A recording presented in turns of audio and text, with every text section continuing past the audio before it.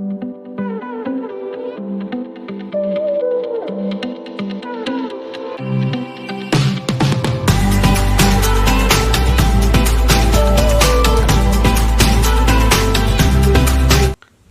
សួស្តីបងប្អូនទាំងអស់គ្នាដែលនៅក្នុងបណ្ដាញសង្គម YouTube ថ្ងៃនេះវិលត្រឡប់ជួបជាមួយខ្ញុំបាទសុផាតបាទថ្ងៃនេះខ្ញុំបានមានវីដេអូថ្មីមួយចង់ចែកជូនបងប្អូនទាំងអស់គ្នាអំពីការបង្កើតនៅ Thumbnail ឬក៏យើងហៅថារូបភាពកំបាំងមុខលើវីដេអូរបស់យើងដែលធ្វើឲ្យមានភាពតាក់ទាញនៅពេលដែល viewer ឬក៏subscriber របស់យើងគាត់ឃើញវីដេអូរបស់យើងនៅពេលដែលយើងផុសនៅក្នុង YouTube channel របស់យើង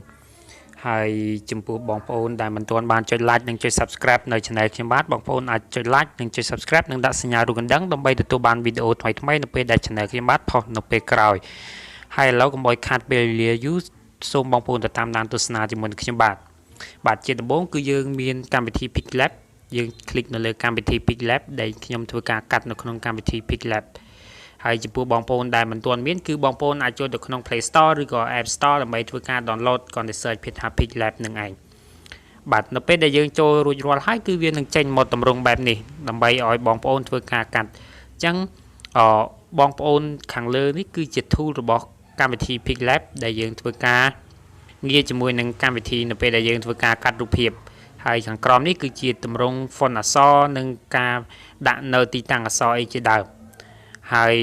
ឥឡូវកុំឲ្យខាតពេលឥឡូវខ្ញុំធ្វើការកាត់ហើយយើងក៏មានធ្វើការរើសយើងចុចនៅកន្លែងអក្សរ A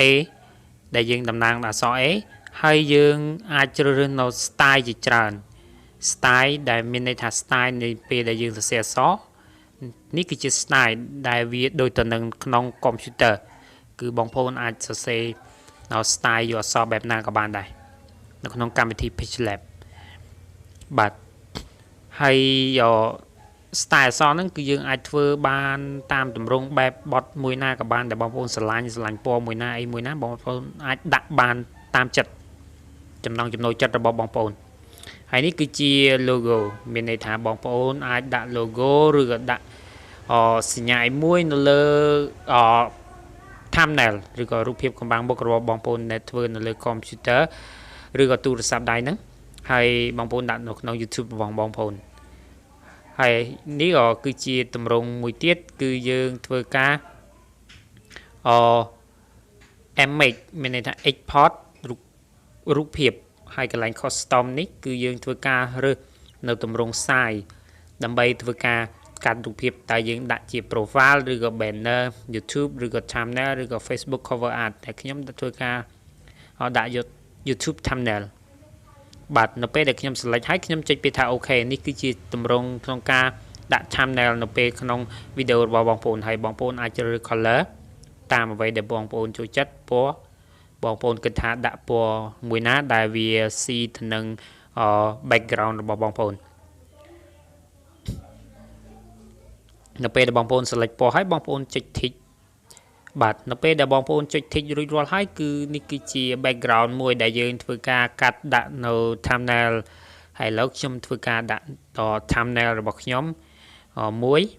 ដើម្បីឲ្យបងប្អូនមើលយើងចូលទៅកន្លែងសញ្ញាបូកគឺមានតម្រង់ជាច្រើនគឺខ្ញុំយក from gallery អញ្ចឹងខ្ញុំយកពីកន្លែងដែលខ្ញុំធ្វើការ download ពីអ៊ីនធឺណិតមកគឺខ្ញុំយក YouTube គឺខ្ញុំ select រូបភាពបន្ទាប់មកគឺខ្ញុំគ្រីសគឺខ្ញុំយកតម្រង់បែបហ្នឹងគឺខ្ញុំគ្រីសយកតែម្ដងបាទនៅពេលដែលគ្រីសរួចរាល់ហើយគឺវានឹងលោតមកកន្លែងដែលយើងធ្វើការដាក់នៅ background បាទនៅពេលដែលយើងធ្វើការដាក់នៅ background រួចរាល់ហើយគឺយើងអាចបង្រួមចាប់វាកន្លែងកែមខាងហ្នឹងអាចបង្រួមឬក៏បង្រីកឲ្យធំហើយឥឡូវខ្ញុំធ្វើការ text មានន័យថាសរសេរខ្ញុំចុចលើ new text នឹងពីរដងមកគឺខ្ញុំវានឹងលោតមកអក្សរហើយយើងធ្វើការសរសេរហើយខ្ញុំដាក់មករបៀបបង្កើតYouTube ហើយខ្ញុំសរសេរដាក់របៀបបង្កើត YouTube នៅពេលដែលខ្ញុំសរសេររបៀបបង្កើត YouTube រួចរាល់ហើយគឺយើងធ្វើការចុចនៅពាក្យថាដាន់ប៉ុន្តែឥឡូវខ្ញុំកំពុងតែសរសេរឲ្យវាចប់សិនបាទអញ្ចឹងរបៀបបង្កើត YouTube តាំងពីដំបូងឬក៏បងប្អូនអាចដាក់ក៏បានរបៀបបង្កើត YouTube បាន 100% អីចឹងតាមអ្វីដែលបងប្អូនគិតថាបងប្អូនស័ក្តិសមដាក់នៅក្នុង thumbnail របស់បងប្អូនដើម្បីយកទៅដាក់នៅមុខវីដេអូរបស់បងប្អូនទៅពេលដែលបងប្អូនផុសបាទលើកខ្ញុំដាក់របៀបបង្កើត YouTube បាន 100% អូខេអញ្ចឹងយើងធ្វើការ select ឬ font មានន័យថាសាយដើម្បីធ្វើការដាក់ទំហំឲ្យវាធំឬក៏ទូចដើម្បីយើងស្រឡាញ់ថា font ប៉ុណ្ណាបងប្អូនគិតថា font ប៉ុណ្ណាដែលបងប្អូនស្រឡាញ់និងស័ក្តិសមដើម្បីមើលមកទាំង viewer និង subscriber របស់យើងមើលទៅគិតថាស័ក្តិសមនៅក្នុងការដាក់នៅ thumbnail ហើយនៅពេលដែលបងប្អូន select រួចរាល់ហើយបងប្អូនចុចនៅសញ្ញាគ្រីសដើម្បីយើងបញ្ចិតនៅទម្រង់ font ទំហំឧទាហរណ៍ថា89នេះគឺយើងគ្រីសមកបាទហើយបន្តមកទៀតបងប្អូនយក color គឺដូចខ្ញុំថាអញ្ចឹងគឺយើងស្រឡាញ់ពណ៌មួយណាឬក៏ទម្រង់បែបណាគឺបងប្អូនយកទៅតាមចំណង់ចំណូលចិត្តហើយចំពោះ size វិញគឺបងប្អូនអាច font អក្សរ font អក្សរបងប្អូនអាចជ្រើសរើសបាននេះគឺជា font ដែលមាននៅក្នុង Pixlab បងប្អូនជ្រើស font ហើយបងប្អូនចុចពាក្យថា OK បាទនេះគឺជា font អក្សរមួយដែលបានធ្វើការជ្រើសរើសរួចហើយបើសិនជាបងប្អូនមិនពេញចិត្តបងប្អូនចុចខ្វែងមកគឺវាមិនដូចដើមវិញទេបាទឥឡូវគឺខ្ញុំយកជ្រើសរើស font នឹងតែម្ដងបាទនៅពេលដែលខ្ញុំជ្រើសរើស font ហ្នឹងខ្ញុំចង់ដាក់បន្ថែមទៀតខ្ញុំបើកនៅប៊ូតុង enable មានន័យថាធ្វើឲ្យវាអក្សរមាន color មានពណ៌អីជាដើមផ្សេងទៀតនេះគឺយើងអាចស្រឡាញ់ពណ៌មួយណាយើងជ្រើសរើសពណ៌មួយនឹងមាន strong white មានន័យថាកម្រាស់ពីទំហំអក្សរបងប្អូនអាចពង្រីកឬក៏ពង្រួមបានទៅតាមហ្នឹងហើយបើសិនជាបងប្អូនពេញចិត្តនៅទំហំមួយណាហើយបងប្អូនគ្រាន់តែចុចសញ្ញា tick នៅខាងលើហ្នឹងមកដែលមាន tick ហើយនឹងខ្វែងដែលយើងជ្រើសរើសបើយើងមិនពេញចិត្តយើងអាចខ្វែងបានហើយនេះគឺជាពណ៌ដែលបងប្អូនដាក់ឲ្យវាស៊ីជាមួយនឹងពណ៌ក្រហមយើងដាក់ពណ៌អីក៏បានដែរអូខេចំពោះមួយទៀតកន្លែង shadow ចំពោះអាវយើងបើក enable ដូចគ្នាហើយយើងជ្រើសរើសពណ៌គឺយើងអាចដាក់ 100% មានន័យថា opacity នេះគឺយើងអាចដាក់ 100 ក៏បានបើ100វាខ្លាំងពេកមានន័យថាពណ៌ខ្លាំងពេកបងប្អូនអាចបន្ថយមកវិញបានហើយនេះគឺជាកន្លែងដែលយើងសេរីនៅពាក់ព័ន្ធជាមួយនឹង font អក្សរគឺបងប្អូនស្រឡាញ់ blur មានន័យថាមិនសូវច្បាស់ព្រាលអីមិនឬក៏ glow ឬក៏ effect ពាក់ព័ន្ធជាមួយ effect មានន័យថា style អក្សរដូចទៅក្នុង computer ដែរគឺបងប្អូនអាចធ្វើការ download កម្មវិធីនឹងបានដែលមានឈ្មោះថា Pixlab ហើយវាអត់មានទាមទារនៅទិញឬក៏ license អីទេគឺកម្មវិធី free តែម្ដងនៅក្នុង Play Store និង App Store ហើយបងប្អូននៅពេលដែលយើង select រួចរាល់ហើយអស់យើងចុចសញ្ញា tick ហ្នឹងមកបាទនៅពេលដែលបងប្អូនចុចសញ្ញា tick រួចរាល់ហើយគឺវានឹងចេញតម្រង់មួយគឺយើងត្រូវតែធ្វើការកំណត់នៅទីតាំងមានន័យថាយើងអាចចាក់សោទីតាំងដើម្បីកុំឲ្យរូបអក្សរហ្នឹងវារត់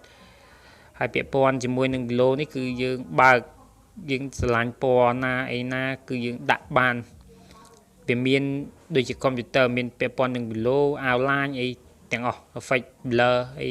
មានច្រើនទៀតហើយនេះគឺជាពាក់ព័ន្ធនឹងពន្លឺកម្រាស់ទំហំនៃអក្សរឡាញពន្លឺអញ្ចឹងបងប្អូនអាចសេរីបានដាក់ឲ្យវាភ្លឺខ្លាំងឬក៏វាមិនសូវភ្លឺអីរៀងព្រាលខ្មៅអីចឹងបងប្អូនអាច select ទៅតាមនឹងបានហើយមួយទៀតពាក់ព័ន្ធជាមួយ 3D បងប្អូនបើក enable មកគឺបងប្អូនអាចយក 3D មានន័យថាបើដល់កម្រិត0អត់មានទេតែបងប្អូនអូសវាឲ្យដល់50ជាងអីទៅគឺ 3D ចេញមកហើយតម្រង់ជា 3D បងប្អូនដែលធ្លាប់ប្រើ computer និងទូរស័ព្ទដៃ smartphone ទំនើបបងប្អូននឹងយល់ពាក្យថា 3D គឺជាទម្រង់មួយដែលមានន័យថា ស្រមោលពីខាងក្រោយដែលយើងហៅថា 3D នៅក្នុងភាសាកុំព្យូទ័រឬក៏ភាសាបច្ចេកទេសនៃការកាត់អក្សរបាទនៅពេលដែលបងប្អូនពេញចិត្តនៅទម្រង់បែបមួយណាហើយបងប្អូនគ្រាន់តែចុចរើស color បាទដល់បងប្អូនចុចរើស color រួចរាល់ហើយបងប្អូនចុចសញ្ញា tick ដូចគ្នាចំពោះកន្លែងទម្រង់ font អក្សរហ្នឹងគឺយើងអត់មានអីច្រើនទេគឺមានតែទម្រង់ប៉ុន្មានហ្នឹងទេគឺនេះពាក់ព័ន្ធនឹងពន្លឺ 3D យើងដាក់ខ្លាំងដាក់ស្ដើងដាក់មិនសូវភ្លឺអីហ្នឹងគឺយើងអាចសេរីទៅតាមហ្នឹងបានហើយនៅពេលដែលយើងរៀបចំ font អក្សរឲ្យរួចរាល់អញ្ចឹងបងប្អូនត្រូវ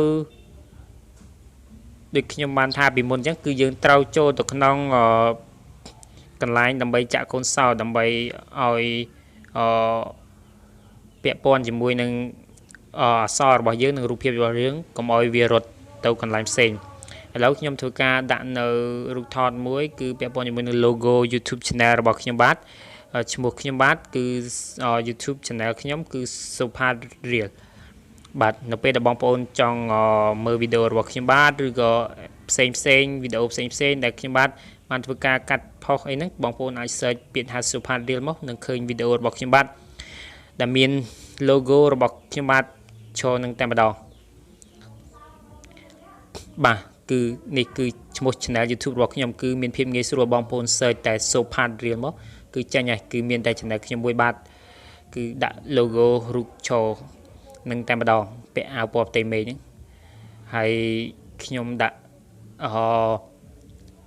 កន្លែង background ខាងលើហ្នឹងហើយខ្ញុំសេរីរកទំហំអក្សរនិងទំហំនៅរូបភាព YouTube ចឹងខ្ញុំចូលនៅកន្លែងហ្នឹងមកគឺខ្ញុំបានចុចកន្លែងសញ្ញាកូនសោរហ្នឹងគឺវាជាប់ឲ្យទូបីបងប្អូនចង់ edit ចង់អីទៀតគឺវាឡើងចាញ់ហើយគឺវាមានតម្រង់នៅមួយកន្លែងដូចយើងហៅថាយើងចាក់សោឲ្យជាប់ចឹងកុំឲ្យវារត់ទៅណាទៀតហើយកន្លែងនេះគឺយើងត្រូវការ